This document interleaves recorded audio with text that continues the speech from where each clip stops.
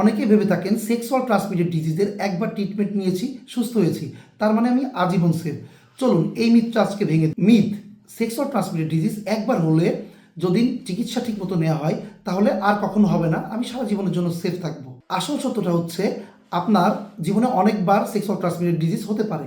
আপনি যতবার অনিরাপদ শারীরিক সম্পর্কে জড়াবেন, আপনি যতবার সেক্সুয়াল ট্রান্সমিটেড ডিজিজ হতে পারে এই ধরনের রিস্ক ফ্যাক্টরের সংস্পর্শে আসবেন, ততবারই আপনার জীবনে সেক্সুয়াল ট্রান্সমিটেড ডিজিজ হতে। আর একটা জনপ্রিয় মিথ হচ্ছে অমুক অসুখটা আমার বন্ধুর এই ওষুধ খেয়ে সেরেছিল, এখন আমি যদি এই ওষুধ খাই তাহলে আমার হয়তো বা সেরে যাবে।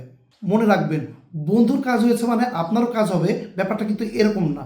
বন্ধুর গায়ে যে মাপের পাঞ্জাবি লাগে সেই পাঞ্জাবিটা কিন্তু আপনার গায়ে লাগে। মনে রাখবেন, সেক্সুয়াল ট্রান্সমিটেড ডিজিজের ট্রিটমেন্ট একবার করলেই আজীবনের জন্য সেফ নয়। আজীবনের জন্য সেফ থাকতে হলে আপনাকে এর যে সকল রিস্ক ফ্যাক্টর আছে সেগুলো থেকে দূরে থাকতে হবে।